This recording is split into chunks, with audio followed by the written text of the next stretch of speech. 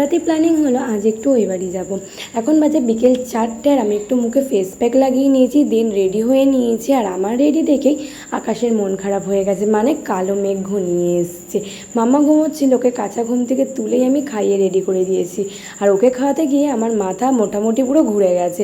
ও তো 1-1.5 ঘন্টার আগে খাওয়া কমপ্লিটই করে না, কিন্তু আজকে কোনো রকমভাবে ওকে আধ ঘন্টায় খাওয়া কমপ্লিট করিয়েছি। আকাশের অবস্থা দেখো, ভীষণই বাজে অবস্থা।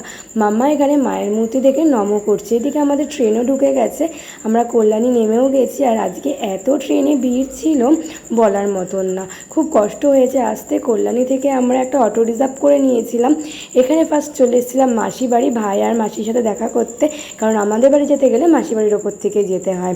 তারপরে ওখানে কিছুক্ষণ টাইম স্পেন্ড করে চলে এসেছিলাম বাড়ি। আর মাম্মা তো মামকে পেয়ে ভীষণ খুশি, অনেক দিন পরে বাড়ি এসেছি বলে কথা, আমারও ভীষণ মজা হচ্ছে। দুই বোন দুজনকে পেয়ে ওরা তো বড্ড খুশি। তো ভিডিওটা কেমন লাগলো